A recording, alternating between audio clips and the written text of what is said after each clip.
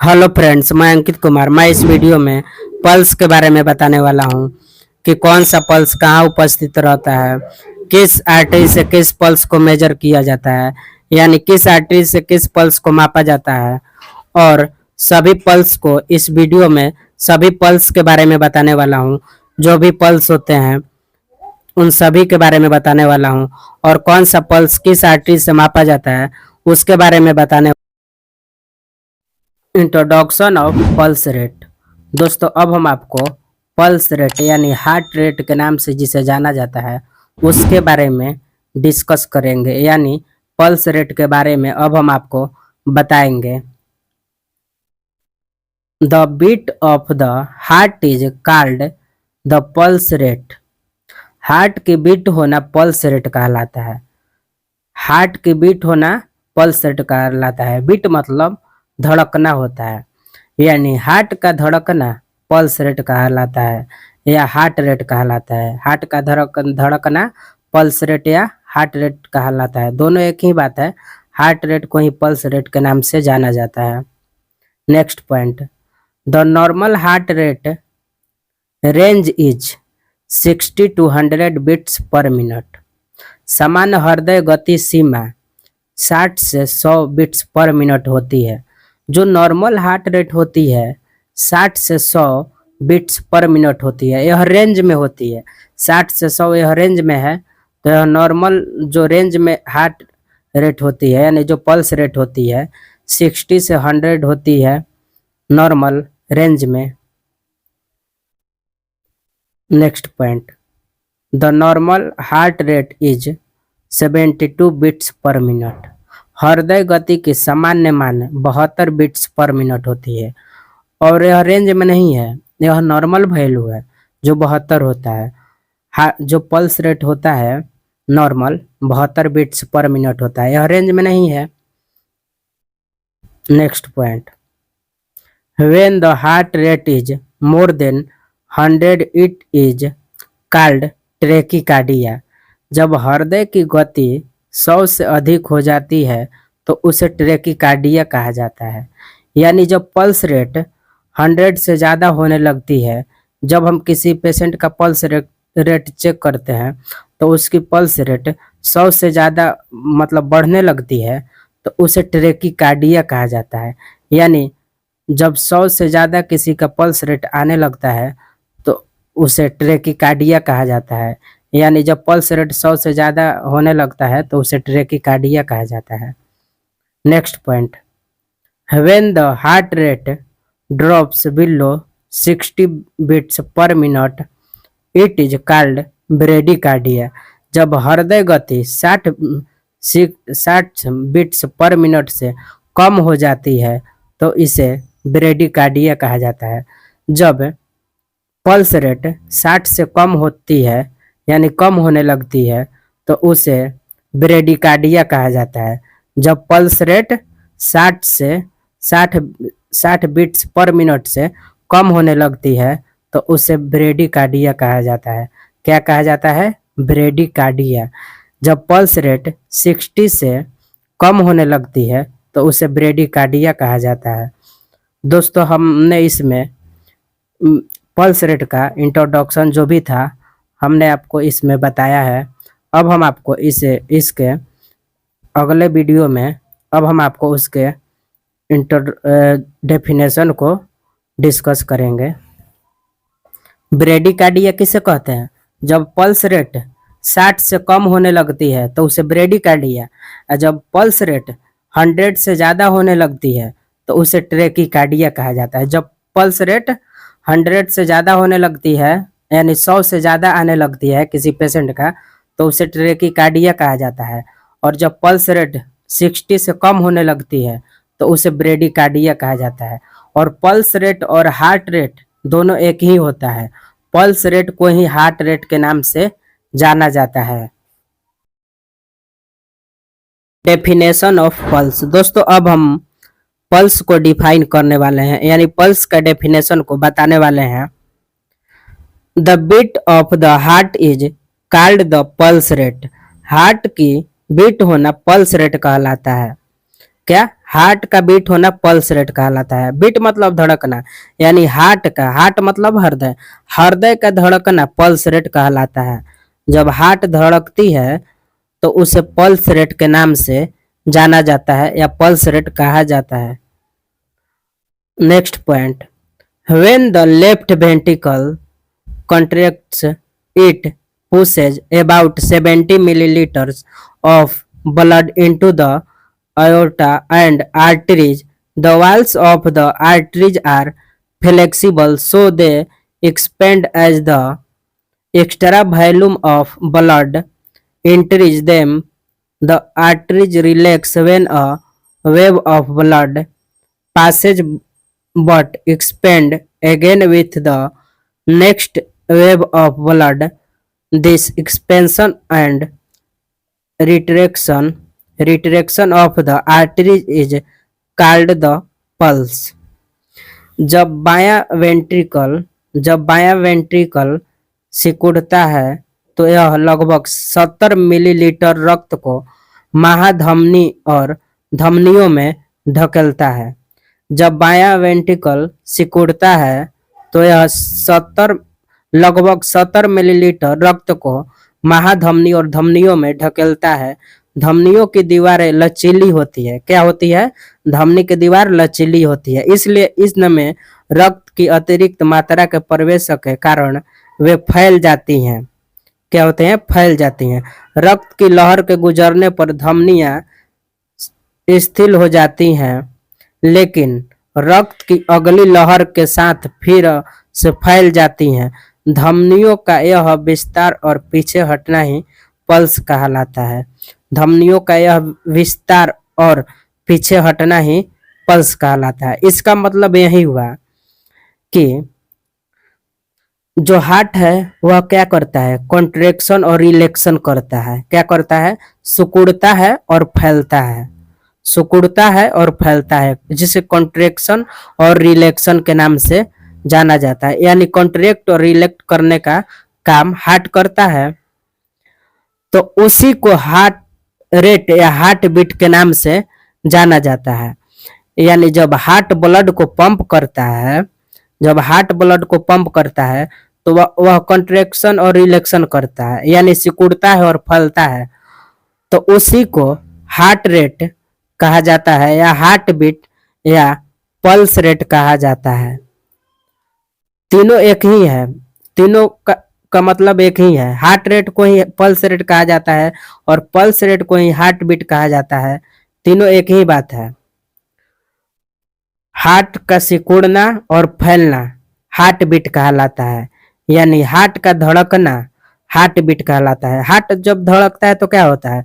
सिकुड़ता है और फैलता है, सिकुड़ता है और फैलता है, यानी कॉन्ट्रैक्शन और रिलैक्शन करता है, तो उसी को हार्ट बीट या पल्स रेट या हार्ट रेट कहा जाता है। Site of pulse. दोस्तों, अब हम पल्स के साइट के बारे में डिस्कस करने वाले हैं कि पल्स कौन कौन से पल्स होते हैं, कहाँ से पल्स को लिया जाता है, किस आर्टरी से किस पल्स को नोटिस किया जाता है, यानी किस आर्टरी से किस पल्स को लिया जाता है, वह आर्टरी कहाँ प्रेजेंट होती है, सभी के बारे में अब हम आपको डिस्कस करेंगे, यानी आपको बताएंगे सभी पल्स और सभी साइट्स के बारे में। जो भी साइट होते हैं पल्स लेने के, उनके बारे में डिस्कस करेंगे, और कौन सा पल्स कब लिया जाता है, क्यों लिया जाता है, उन सभी के बारे में अब हम आपको आगे बताएंगे। साइट ऑफ पल्स यानी पल्स के कितने साइट हैं उनको भी बताएंगे, किस आर्टरी से किस पल्स को लिया जाता है, कौन आर्टरी कहाँ प्रेजेंट होता है, जिस आर्टरी से पल्स को लिया जाता है वह आर्टरी कहाँ प्रेजेंट होता है, उसके बारे में अब हम आगे बताएंगे। Temporal pulse. अब हम डिस्कस करेंगे टेम्पोरल पल्स के बारे में कि टेम्पोरल पल्स कहाँ उपस्थित रहता है, टेम्पोरल पल्स किस आर्टरी से मापा जाता है, उस आर्टरी का क्या नाम है, और वह आर्टरी कहाँ प्रेजेंट होती है, यानी कहाँ उपस्थित रहती है, उसके बारे में अब हम डिस्कस करेंगे। The temporal pulse is measured from the temporal artery which is present near the temple and ear। Temporal artery से टेम्पोरल पल्स को मापा जाता है। टेम्पोरल आर्टरी से इस पल्स को मापा जाता है। कहाँ से? टेम्पोरल पल्स को टेम्पोरल आर्टरी से मापा जाता है। टेम्पोरल आर्टरी से इस पल्स को मापा जाता है जो कनपट्टी और नाक के पास उपस्थित होता है।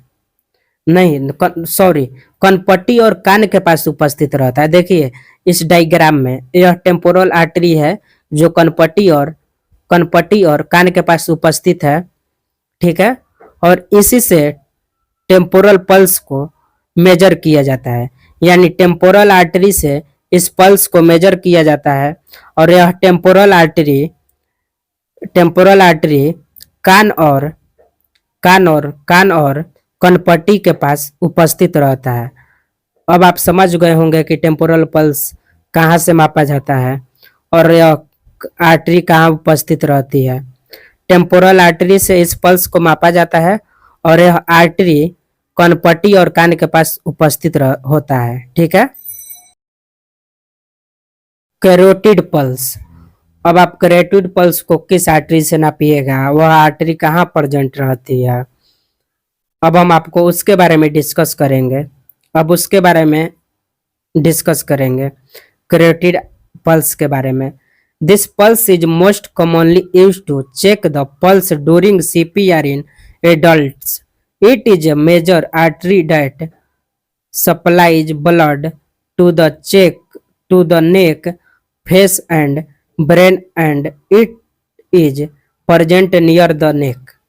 इस जगह का इस्तेमाल वयस्कों में CPR के दौरान नाड़ी जांचने के लिए किया जाता है। नाड़ी को ही पल्स भी बोला जाता है। नाड़ी को भी पल्स बोला जाता है। ठीक है, नाड़ी को हिंदी में पल्स के नाम से जाना जाता है। ठीक है, जांचने के लिए सबसे ज्यादा किया जाता है। यह एक प्रमुख धमनी है जो गर्दन, चेहरे और मस्तिष्क को रक्त की आपूर्ति कराती है और यह गर्दन के पास उपस्थित रहती है। देखिए कैरोटिड पल्स कहाँ रहेगी उपस्थित? गर्दन के पास। नेक मतलब गर्दन होता है और वहीं पर कैरोटिड आर्टरी उपस्थित रहती है जिससे कैरोटिड पल्स को मापा जाता है। ठीक है, और यह जो धमनी होती है ना, जो आर्टरी होती है, गर्दन, चेहरे और मस्तिष्क को रक्त आपूर्ति कराती है। जब रक्त का काम होता है तो यह चेहरे, गर्दन और मस्तिष्क को रक्त प्रदान कराती है, यह कैरोटिड आर्टरी। ठीक है, और कैरोटिड आर्टरी से कैरोटिड पल्स को मापा जाता है। ठीक है, और इस जगह का इस्तेमाल वयस्कों में CPR के दौरान, और कैरोटिड आर्टरी का ज्यादातर इस्तेमाल कब किया जाता है? जब वयस्कों में CPR जब किसी बूढ़े व्यक्ति को, एडल्ट व्यक्ति को दिया जाता है, जब CPR दिया जाता है तो उस समय ज्यादातर इस कैरोटिड आर्टरी का पल्स लेने के लिए उपयोग किया जाता है। यानी इस साइट का ज्यादातर उपयोग पल्स लेने के लिए तब किया जाता है जब CPR दिया जाता है एडल्ट को, यानी बूढ़े नौजवान व्यक्ति को जब दिया जाता है CPR, तो उस समय इस आर्टरी का ज्यादातर उपयोग पल्स मापने के लिए किया जाता है और यह गर्दन के पास यानी नेक के पास उपस्थित रहता है और यह गर्दन, चेहरे और मस्तिष्क को रक्त की आपूर्ति कराता है। यानी जब गर्दन, चेहरे और मस्तिष्क को रक्त की आवश्यकता होती है तो यह आपूर्ति कराता है। ठीक है, कैरोटिड पल्स के बारे में अब हम आपको बता दिए हैं। Apical pulse. दोस्तों अब हम एपिकल पल्स के बारे में डिस्कस करेंगे कि एपिकल पल्स कहाँ प्रेजेंट होता है, कहाँ से मापा जाता है एपिकल पल्स को, किस आर्टरी से मापा जाता है, वह आर्टरी कहाँ प्रेजेंट होती है, उसके बारे में अब हम आपको बताएंगे। The apical pulse is measured from the apical artery which gives the most accurate reading of heart rate and is present near the chest। एक एपिकल पल्स एपिकल आर्टरी से मापा जाता है। एपिकल पल्स, जब भी आपको एपिकल पल्स को palpate करना रहेगा तो एपिकल आर्टरी को पल्पेट करेंगे तो एपिकल पल्स मापा जाता है। कहाँ से? एपिकल आर्टरी से इस पल्स को मापा जाता है। एपिकल आर्टरी से इस पल्स को मापा जाता है जो हृदय गति का सबसे सटीक रीडिंग देती है, सबसे सही रीडिंग यही देती है। जो एपिकल पल्स होती है, जो एपिकल आर्टरी होती है, सबसे सही रीडिंग देती है। ठीक है, मतलब सबसे सटीक माप इसी का होता है। और यह चेस्ट के पास उपस्थित रहती है। और यह कहाँ उपस्थित रहती है? चेस्ट के पास उपस्थित रहती है। और यह सटीक यानी सही रीडिंग देती है। सबसे अच्छा रीडिंग यहीं से मिलता है। जब भी पल्स को मापना रहेगा तो एपिकल आर्टरी से इस पल्स को मापा जाता है। और यह सबसे सही माप, सही रीडिंग देती है, यानी सही पल्स बताती है कि सटीक पल्स बताती है। ठीक है, और यह चेस्ट के पास उपस्थित रहती है। कहाँ प्रेजेंट होती है? चेस्ट के पास उपस्थित रहती है। ठीक है, चेस्ट मतलब छाती के पास उपस्थित रहती है। Okay, brachial pulse. दोस्तों अब हम डिस्कस करेंगे ब्रेकियल पल्स के बारे में कि ब्रेकियल पल्स कहाँ उपस्थित होता है, ब्रेकियल किस आर्टरी से ब्रेकियल पल्स को मापा जाता है। The brachial pulse is measured from the brachial artery, a major artery in the upper arm. This site is also used most often to measure blood pressure and to check a baby's pulse during CPR. Brachial artery से brachial pulse को मापा जाता है। Brachial artery से, brachial artery से brachial pulse को मापा जाता है। ठीक है, यह ऊपरी बाह की एक प्रमुख धमनी है। यह ऊपरी बाह की एक प्रमुख धमनी है। इस साइट का उपयोग ज्यादातर रक्तचाप को मापने और सीपीआर के दौरान शिशु के पल्स जांच करने के लिए किया जाता है। इस साइट का ज्यादातर उपयोग जब बीपी मापना रहता है तो इसी साइट का उपयोग किया जाता है। ब्रेकियल आर्टरी के पास से मापा जाता है बीपी को। ठीक है, इस साइट का उपयोग ज्यादातर रक्तचाप को मापने, रक्तचाप चाप मतलब बीपी को मापने के लिए कि मापते समय किया जाता है। और सीपीआर के दौरान शिशु के पल्स जांच करने के लिए किया जाता है। जब बच्चे को सीपीआर दिया जाता है, जब शिशु यानी बच्चा, छोटे बच्चे को जब सीपीआर दिया जाता है तो उस समय इसी ब्रेकियल पल्स को, ब्रेकियल आर्टरी को पल्पेट किया जाता है। जब ब्रेकियल पल्स मापना रहता है, जब पल्स मापना रहता है तो इसी ब्रेकियल आर्टरी से मापा जाता है। ठीक है, इसी ब्रेकियल आर्टरी से पल्स को मापा जाता है। जब बच्चे को सीपीआर दिया जाता है उस समय ज्यादातर इस आर्टरी का उपयोग किया जाता है, ब्रेकियल आर्टरी का, जब पल्स को मापने के लिए जब बच्चों को सीपीआर दिया जाता है। ठीक है, बच्चों में जब सीपीआर दिया जाता है तो उस समय इसी आर्टरी के द्वारा पल्स को मापा जाता है, ब्रेकियल आर्टरी के द्वारा। ठीक है, और इसका उपयोग ज्यादातर रक्तचाप को मापने के लिए किया जाता है, यानी बीपी को जब मापा जाता है तो उस समय ज्यादातर इस साइट का उपयोग किया जाता है। ठीक है, और ब्रेकियल आर्टरी से ब्रेकियल पल्स को मापा जाता है। Radial pulse. अब हम आपको रेडियल पल्स के बारे में बताने वाले हैं कि रेडियल पल्स कहाँ से मापा जाता है, कहाँ पर पल्पेट करने से रेडियल पल्स मिलता है। अब हम आपको रेडियल पल्स के बारे में बताने वाले हैं। The radial pulse is measured from the radial artery, a major artery in the lower arm that branches off from the brachial artery.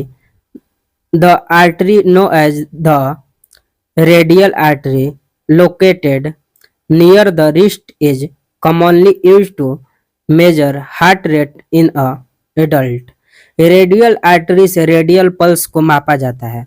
Radial artery से रेडियल पल्स को मापा जाता है। यह निचली बाह की एक प्रमुख धमनी है।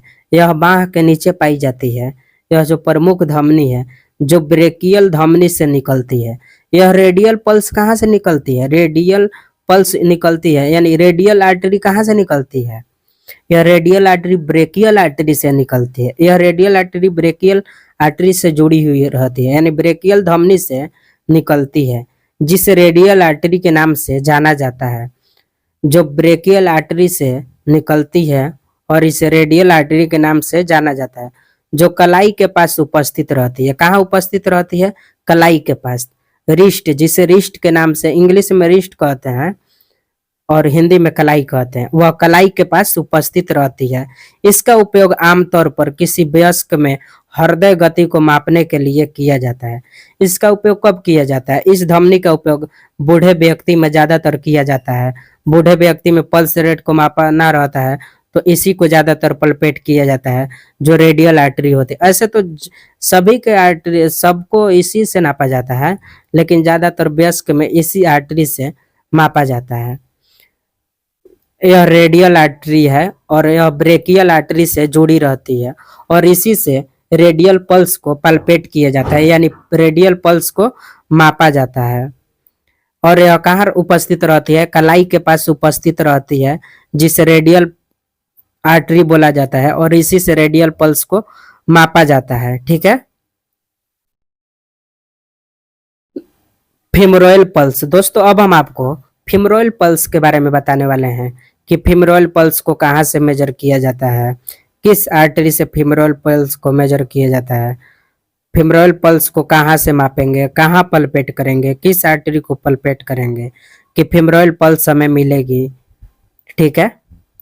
The femoral pulse is checked through the femoral artery. This is a major artery found in the wrist and it provides blood circulation to the legs.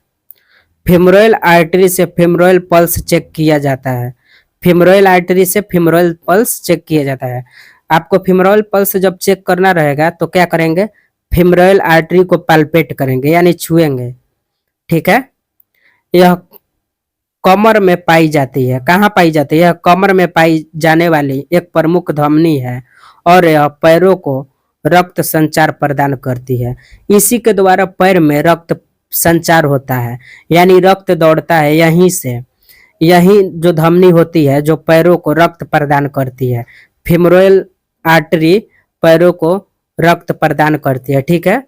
Femoral artery से फीमोरल पल्स को चेक किया जाता है। कहाँ से check किया जाता है? फीमोरल आर्टरी से फीमोरल पल्स को चेक किया जाता है। यह कमर में पाई जाती है। कहाँ पाई जाती है? कमर में पाई जाने वाली एक प्रमुख धमनी होती है। धमनी का मतलब क्या होता है? आर्टरी। ठीक है। इंग्लिश में इसको आर्टरी बोला जाता है और हिंदी में धमनी बोला जाता है। और यह पैरों को रक्त संचार प्रदान करती है। फेमोरल आर्टरी से फेमोरल पल्स को मापा जाता है और यह कमर में पाई जाती है। और जो फेमोरल आर्टरी होती है वह पैरों को रक्त संचार प्रदान करती है। पैर में यह रक्त को प्रदान करती है, यानी संचारित करती है, या यह पैरों को रक्त प्रदान करती है, यही फीमोरल आर्टरी। ठीक है। फीमोरल पल्स को फीमोरल आर्टरी से मेजर किया जाता है। ठीक है। Popliteal pulse. दोस्तों अब हम पोप्लिटियल पल्स के बारे में डिस्कस करेंगे कि पोप्लिटियल पल्स कहाँ से मेजर किया जाता है। The popliteal pulse is measured from the popliteal artery. This artery is found behind the knee and originates from the femoral artery known as the popliteal artery. Popliteal artery से popliteal pulse को मापा जाता है। Popliteal pulse को कहाँ से मापेंगे? Popliteal artery से। यह धमनी घुटने के पीछे, और यह आर्टरी कहाँ रहती है? घुटने के पीछे पाई जाती है और उरु धमनी से निकलती है। कहाँ से निकलती है? यह धमनी कहाँ से निकलती है? उरु धमनी से निकलती है, यानी उरु आर्टरी एक होती है जहाँ से यह निकलती है, जिसे पोप्लिटियल धमनी के नाम से जाना जाता है। पोप्लिटियल आर्टरी से पोप्लिटियल पल्स को मापा जाता है। पोप्लिटियल आर्टरी से नापेंगे। जब भी हमको पोप्लिटियल पल्स को पाल्पेट करना रहेगा तो हम पोप्लिटियल आर्टरी को पाल्पेट करेंगे, यानी पाल्पेट मतलब क्या? छुएंगे। ठीक है। और उरुधम मापेंगे। यह धमनी घुटने के पीछे पाई जाती है और यह धमनी कहाँ पाई जाती है? जो घुटना होता है उसके पीछे पाई जाती है। कहाँ पाई जाती है? घुटना के पीछे पाई जाती है और उरु धमनी से निकलती है। और यह कहाँ से निकलती है? जो पोप्लिटियल आर्टरी है कहाँ से निकलती है? ऊरु धमनी से निकलती है, जिसे पोप्लिटियल धमनी के नाम से जाना जाता है। पोप्लिटियल आर्टरी से पोप्लिटियल पल्स को मापा जाता है और यह घुटना के पीछे होती है। देखिए यहाँ पर फिगर में भी दिखाया गया है डायग्राम में कि यह कहाँ प्रेजेंट होती है। देखिए घुटना के पीछे मौजूद होती है यानी उपस्थित होती है, और उसी से पोप्लिटियल पल्स को पल्पेट किया जाता है। जब पोप्लिटियल आर्टरी को पल्पेट करेंगे तो वहां से पोप्लिटियल पल्स मिलेगा और यह घुटना के पीछे पाई जाती है। ठीक है, तो आप समझ गए होंगे पोप्लिटियल पल्स को कहाँ से मेजर करेंगे। कहाँ से? तो पोप्लिटियल आर्टरी से मेजर करेंगे, मापेंगे। मेजर मतलब क्या? मापना होता है। ठीक है। डोर्सलिस पेडिस पल्स। दोस्तों अब हम आपको डोर्सलिस पेडिस पल्स यानी डोर्सलिस पेडिस पल्स कहाँ से मेजर किया जाता है उसके बारे में बताएंगे। The dorsalis pedis pulse is measured from the dorsalis pedis artery and is present near the big toe. Dorsalis pedis pulse को डोर्सलिस पेडिस आर्टरी से मापा जाता है। डोर्सलिस पेडिस पल्स जब किसी को कोई बोलेगा कि डोर्सलिस पेडिस पल्स माप कराइए तो डोर्सलिस पेडिस आर्टरी से मापेंगे। कहाँ से मापेंगे? डोर्सलिस पेडिस आर्टरी से। और यह पैर के अंगूठे के पास उपस्थित रहता है। कहाँ रहता है? देखिए यहाँ पर पैर के जो अंगूठा है उसी के पास यह उपस्थित रहता है। डोर्सलिस पेडिस पल्स को डोर्सलिस पेडिस आर्टरी से मापा जाता है और यह पैर के अंगूठे के पास उपस्थित रहता है। कहाँ रहता है उपस्थित? पैर के अंगूठे के पास। देखिए यहाँ पर चित्र में जो डायग्राम है इसमें यह पैर के अंगूठे के पास उपस्थित है। यहीं से डोर्सलिस पेडिस पल्स को मापा जाता है, जो कि डोर्सलिस पेडिस आर्टरी से डोर्सलिस पेडिस पल्स को मापा जाता है और यह पैर के अंगूठे के पास उपस्थित रहता है। Posterior tibial pulse. दोस्तों अब हम आपको पोस्टीरियर टिबियल पल्स के बारे में बताएंगे, यानी इसको अब हम डिस्कस करेंगे कि यह पल्स कहाँ होता है, किस आर्टरी से इस पल्स को लिया जाता है। Posterior tibial pulse.